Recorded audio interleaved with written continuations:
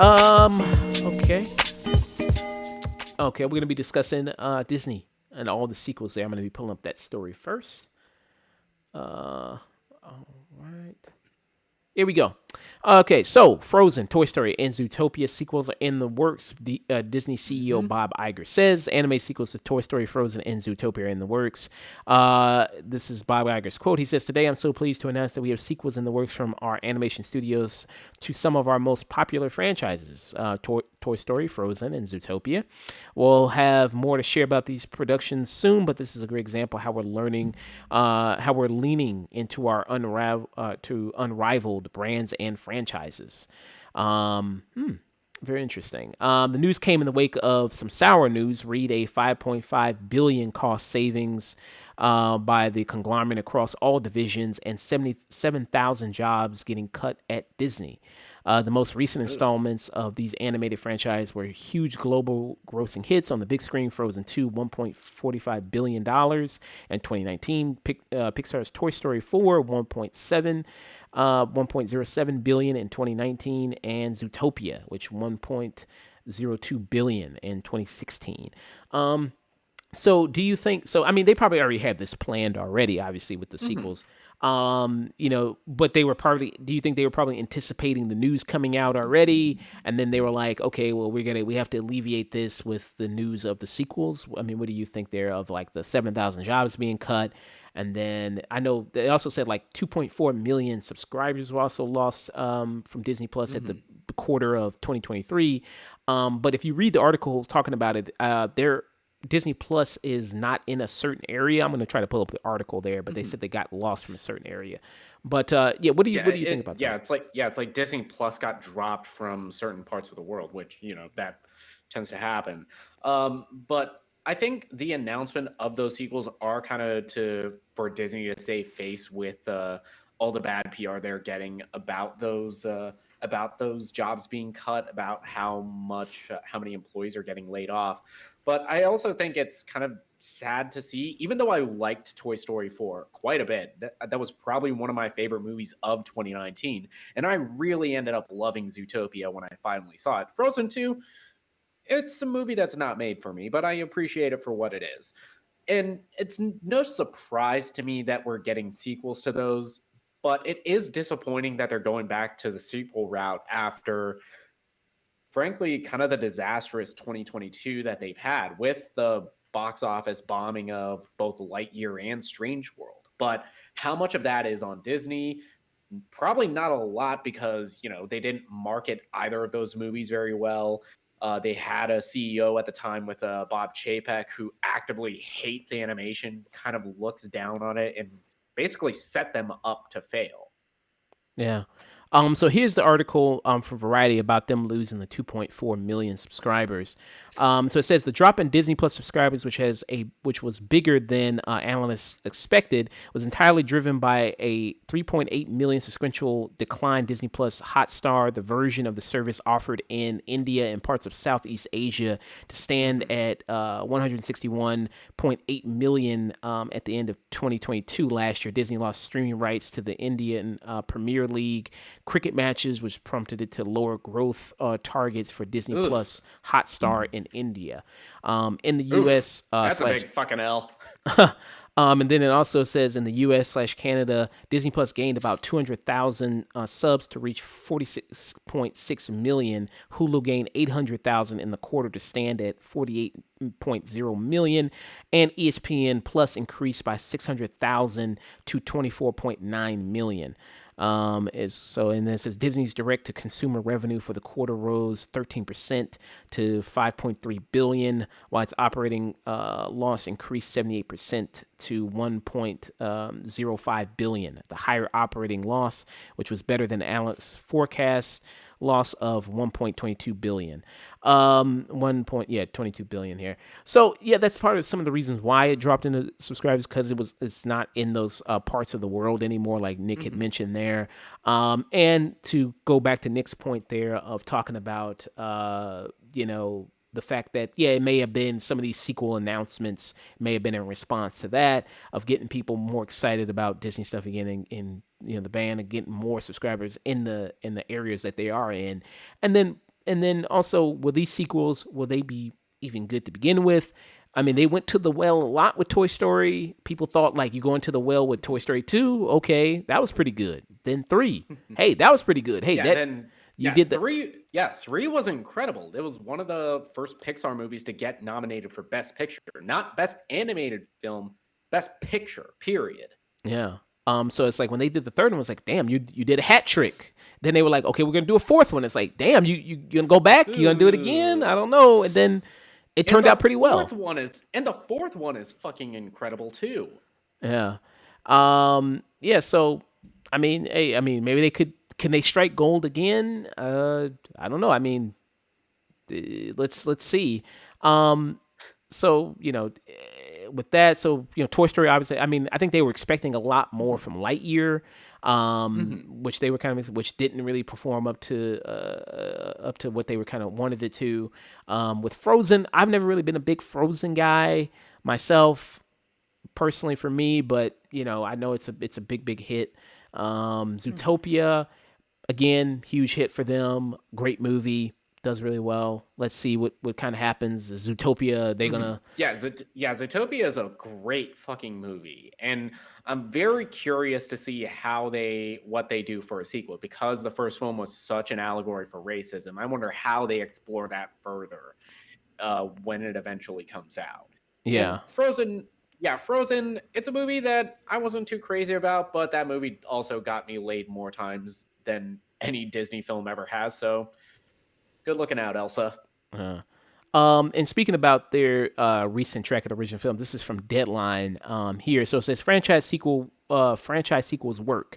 Unfortunately, Disney's original films of late have been low grossers, i.e., Strange World Hmm. tanked with under 74 million worldwide and was fast tracked onto Disney Plus to close to a month after its theatrical release. And Encanto, released at Hmm. Thanksgiving 2021, did just over 256 million globally, and only 996 million stateside. But it was at the Hmm. time when families were just making their way back to theaters after COVID shutdowns. The pick was reportedly a huge hit on Disney Plus. Hmm. So you had some of those things. So Strange World, I mean, that was a victim of marketing too. I mean, that was it. It just Yeah. was woefully undermarketed, which was kind of a big thing there. But I think when it went on Disney Plus, Strange World, it did do pretty well on Disney Plus. It was like number Hmm. one when it. Yeah, and that's the thing with a lot of these animated films because families are going to see it. It's way more expensive for like a family of four to go to a movie theater than it is for just like you or me. Yeah. So you got to bring the whole family. So these are, movies are supposed to get like a big family there, getting everybody there, like you Mhm. said, up there. And they've kind of incentivized us in a way to not see these movies in theaters because just wait a month and it's going to be on Disney Plus. True, that may also have something to do with it too. Like, it's like, well, it's gonna be a Disney Plus eventually. Might as well just wait. You're already paying for this service, might as well just wait for it to come there. But like I said, like the article was mentioned from Deadline. Hey, sequels, franchises, those would make a lot of money, especially when you're competing against the other big franchises like the Marvels and everything like that, the Mhm. DC stuff. Yeah, and even talking about Disney, we talked about how some of these live action remakes that they do end up being huge box office hits, and how some don't. Like we talked about how Mulan was kind of a bomb, but that was like during COVID. Also, the movie sucked ass. Or and films like Dumbo bombed, but films like Beauty and the Beast, The Lion King were huge hits, and even something like Jungle Book. Yeah, $1 billion movies. Those Disney remakes that they've done. Again, I think that's part of it too, of them, being so doing those Disney live action remakes because usually most of them perform pretty well, especially the ones from the '90s. When Mhm. we talked about the whole Little Mhm. Mermaid discussion, we said that how well it would do in theaters. It's like, well, these movies typically from the '90s do really well, like you mentioned, Beauty and the Beast, Lion King, Aladdin. Those all made $1 billion because probably because there's a strong market of people that remember those movies when they were kids, millennials Mhm. especially, growing up. That '90s renaissance of movies, Mhm. and probably And it's been the older the remakes of older stuff that have been the ones that have kind of shit the bed, like Dumbo, like Pinocchio. Yeah, Pinocchio, which they didn't even bother bringing out to theaters. They just dumped it on Disney Plus because Yeah. they knew. Yeah.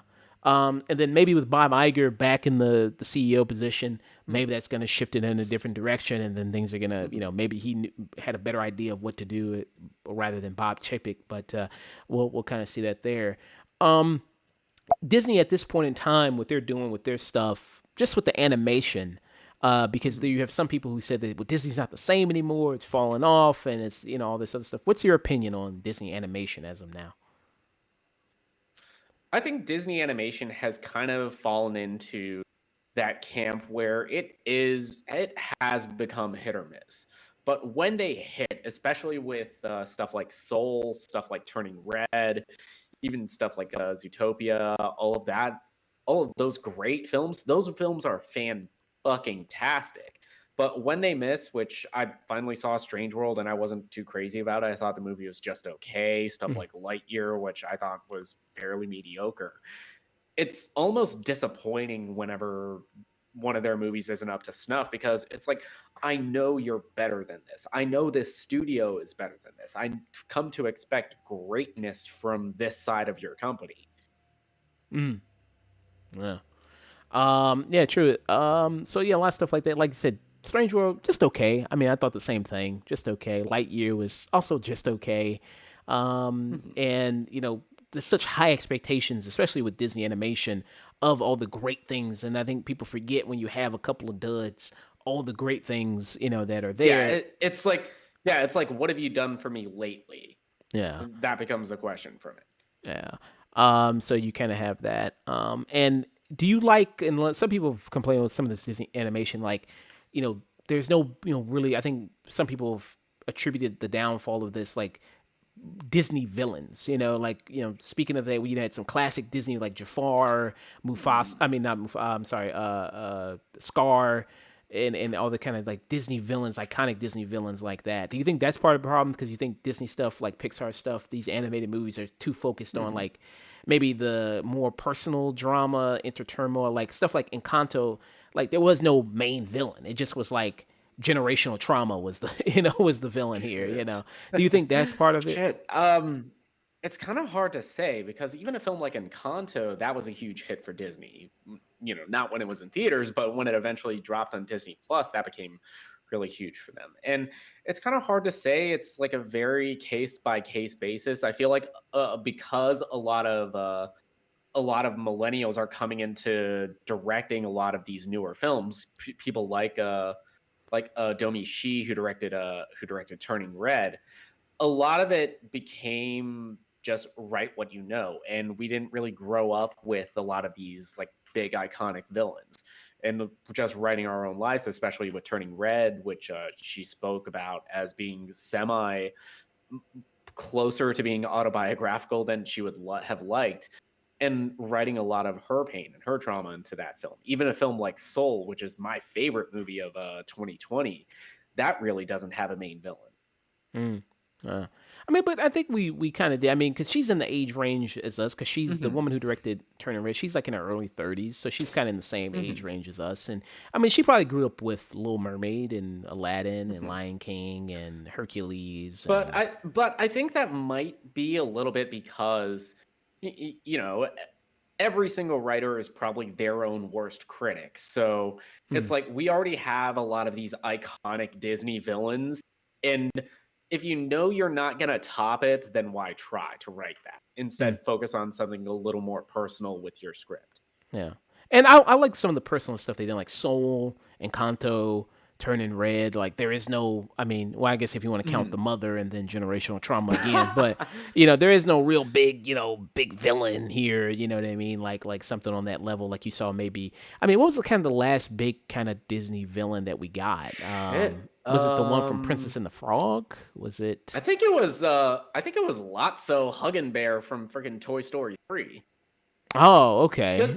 Because even Toy Story 4, the Gabby doll, she ended up getting fleshed out and getting more character depth to her than in order to just not be a complete villain. Mm, okay. Or maybe the real villain of Zootopia. Racism. What? I've never No, it actually. was the. You haven't seen I have not Zootopia, seen Zootopia. No, dude. no, I have not seen Zootopia. Yeah. Yo, you said this to me. Credit card revoked. Yeah, it's been on my list forever. I have not seen it. But who's the main villain of that? I'm not gonna tell you now. Oh, okay. Well, I'll go watch it. But yeah. So yeah, I'll figure it. I'll go watch it myself. But who was the main villain in Frozen? I saw Frozen, but I forgot who's the big villain in Frozen. Frozen. It was The dick. Prince Hans, who was voiced by Santino Fontana. Oh, okay. He was the asshole rich guy, right? The asshole rich guy. But Yeah, that, he was the asshole rich guy. yeah. He was basically Disney Kendall Roy. Oh, okay. Yeah. So, yeah. So maybe that I don't know. Maybe that's what's gonna bring people back if you had bring back those things, those big villains, maybe. Or just maybe like I said, it's kind of was a weird time these last few years with the COVID, and then trying to do a Yeah, little. it's been a weird time the last couple years with COVID, and also you have DreamWorks who created the most badass animated villain of all time with the big bad wolf. Oh yeah, true. The Big Bad Wolf. That was a great villain. Yeah. That Made motherfucker is terrifying. Yeah, great voice work. I love the voice work with that with the Big Bad Wolf and Puss in Boots: The Last Wish. Um, yeah. So, that was Disney. And their sequels. All right, we're going to be discussing AMC. So AMC has a new policy that they're maybe thinking about doing. So it says this is via CNN. It says AMC Theaters is changing its ticket pricing. America's largest movie chain announced that the prices of tickets will now be based on seat location, meaning seats in front will be cheaper, while the more desirable seats in the middle row will now cost more. The ticket pricing initiative, called Sightline at AMC, will roll out at all of its roughly 1,000 movie theaters by the end of the year. Three pricing tiers will soon be offered. For example, the highest end preferred tier are in the middle of the theater.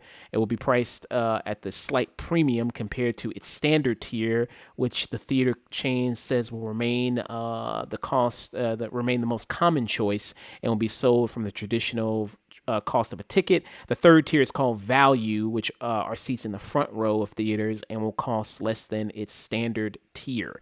Mhm. Where do you like to sit typically? You like to sit? I try to aim for like the middle, whichever the side where the railing for like the handicap seats are, because I like to put my feet up. Mm. But most of the theaters I've gone to have the like recliners. At least most of the AMC's I go to now have the recliners in there, so that's kind of pointless. But I still like to be like right around the middle. Yeah. Me, I prefer far in the back. I like to go way in the back, Mhm. usually at the corner. So like typically when the movie's over, I just like to get right up. I'm already at the steps. I'm already going. I'm leaving because it sucks kind of being in the middle and you gotta wait for everybody else to leave and then you gotta, you know what I mean. Especially when it's like a packed theater. Like if you're trying to go see like a big movie, and you're in the middle, it takes forever to everybody get up and then everybody's stretching and then you gotta leave and then that takes a minute. So I like being on the corner, usually Mhm. typically far back, so I can Mhm. just get up and go. So this is further the CNN article. They said Sightline at AMC more closely aligns AMC's seat pricing approach to that of many other entertainment venues, offering experience-based pricing and another way for moviegoers to find value at the movies. Said Elliot Hamilsh, AMC's chief marketing officer, in a press release. AMC said a seating map will show the adjusted prices, and Sightline will also be used on showings after 4 p.m. Live theater such as Broadway has long been using a similar method of Mhm. pricing for seats, although front row there can fetch top price. Movie theaters outside the United States also have similar location pricing standards that remain uncommon for American movie theaters. Um, Mhm. and then Sightline also provides customers with an incentive to sign up for AMC's movie pass like subscription program, which me and Nick talked about. We're both at AMC Mhm. Stubs, so I guess this doesn't affect us if we're Stubs members. We can still just choose whatever seat, and then because the way Stubs works is you have free movies a week that you can do. You can make reservations Mhm. for. You can get the Yeah. seats. Yeah, Um, make reservations. You can book your ticket the second they drop online. Like notification that Scream 6 tickets are on sale. And we can do anything like even IMAX, Dolby, 40X, D Box, 3D for no extra charge. And they said in the press release that Stubbs A-list members will be able to reserve seats in the preferred sightline section at no additional cost. Yeah. So yeah, this doesn't really affect us. Who it does affect are the people that don't have those, that don't really go to the movies often. And for a business model that's trying to encourage people to come in, you're doing the exact opposite. I don't care if it's only like $1 or $2 extra for like the preferred sightline, which I think somebody showed me a little like layout of one of the prospective maps for the seating. You're just telling people to fuck off away from the movie theater. Elijah Wood, actor, things of course people know him from Lord of the Rings, huge thing. He put out, I thought, a really good tweet about it. I'm gonna put it on the screen here. So he said the movie theater is and always has been a sacred, democratic space for all, and this new initiative by AMC Theaters would essentially penalize people for lower income and reward for higher income. Basically, there, like you said, it's telling people basically to fuck off. And then somebody replied to the, you see underneath this is, wait till you hear about Broadway theaters, concert venues, and just about all of entertainment hall. What they're doing isn't anything new. And then Elijah Wood replied, it's fucked up there too. yeah.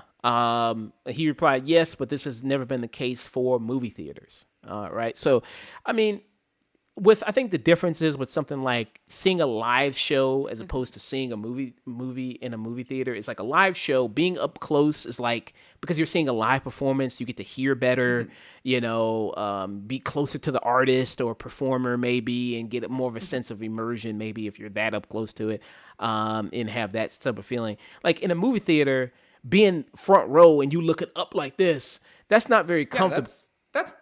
That is uncomfortable. That's painful. And I gotta like crink in my neck now. And yes, that sounds like hell to be in the front row of a movie theater. Yeah, and then so there's it's different with a live show being up front as opposed to seeing it in a movie. I think there's kind of a difference there. When you're at some like concert. The second you open up a fucking mosh pit for the goddamn Avengers, let me know, and then I can maybe see this fucking pricing tier. Yeah. And so I think that is a little bit ridiculous, having charging these different tiers for like the middle and then, the further back and the front row and everything like that. Like you said, paying extra, it's already enough cost to go to the movies already when you include the fact that you have concessions, which are a lot of money already. You're doing the ticket pricing. And then if you want to take somebody else with you, so if you take a family, so just if you go at, let's say you go at a regular matinee time, which is like 2, 3, that's typically like you're paying $10, $10 or $11, and you get effect that price there. So then you add on, wife, then a couple kids. So you're at probably 40 plus right there already when you factor in all those other tickets. Yep. And then fucking popcorn. You got to get drinks for people. You got to get, if you partake in the adult beverages, that's way more. Yeah. Because your mouth is gonna be dry. If you get popcorn, you gotta get a drink. That shit's salty as hell. You might as well you gotta get a drink. You might as well be eating Popeye's biscuit. I mean, you gotta get a drink with it. You know what I mean? So you gotta get that with it. So yeah, I mean, so to go to a theater is a big kind of pricey experience already, and then already things are already going up already. So to add on to that with this whole tier system seems kind of ridiculous there. Yeah, is that kind of like your big thought? It's just seems kind of ridiculous. Yeah, that's more or less where I'm at. Especially just all the work that studios have been doing to get people back in the theaters. People like Tom Cruise, who, as much as I'm just kind of on Top Gun Maverick, it was a big hit, and some people would say it saved cinema. Yeah, Nathan Flynn, I know you're probably listening to this. Fuck you. Top Gun's just okay. But yeah, it did basically save cinema. Stuff like Wakanda Forever, huge hits. In films like that are these kind of big events driving people back to the cinema. And now you get theaters saying, oh, wait, people are actually coming back. Let's try and price gouge a little more. All it would take to stop this is one big wig in Hollywood. Like Tom Cruise saying, okay, then I'm not showing Mission Impossible in any of your theaters. Bye. Well, I don't think Tom Cruise That is has that li- power. I don't think to not be able to show Mission Impossible. I don't think that's the studio up to the he's studio. he's the executive producer on. He's got that power. He basically killed movie Pat. He's got that power. Yeah, I mean, he couldn't kill South Park when they making fun of Scientology, so I don't know. Bigger people than them have tried. Yeah, so I think studios maybe there's a potential they'll come in and be like, this is going to be bad for us because we Hmm. want maximum amount of people to fill the theater, so people can go see these movies, so these movies can reach billions of dollars. So I maybe envision something like that kind of happening, or maybe like I said, bigger celebrities kind of coming in, biggie movie stars, kind of coming in and talking about like, yeah, I don't think this is such a good idea for that. Hmm. And maybe it is trying to push people more to doing the whole AMC Stubs thing. Hmm. That program where you can pay the $20 and you can, get the tickets and everything like that. But the AMC Hmm. Stubs thing, I you mean, don't, if you go, I mean, even if you see one movie a week out of that three, you're still basically paying for that subscription. yeah. So that's true. Because even if you have a family, so if you do an AMC Stubs thing, so Hmm. because you can reserve, It's like, yeah, you like, can reserve one ticket free. Yeah, because I've yeah. done this a lot of times when I'm back home. So at least one of the tickets is free whenever I take like my dad or my parents with me. Yeah, so at least you get at least kind of one ticket kind of free there, so it saves a little bit of the cost there. And then you get the bonus rewards when you order food there, so you can redeem that and then get a free, So you have to order like a $50 large Pepsi, and then you get a reward, and then you can get $5 off on the $65 popcorn that you're Hmm. gonna order and shit like that. So, and then only pay that. So, you can kind of do that stuff. So.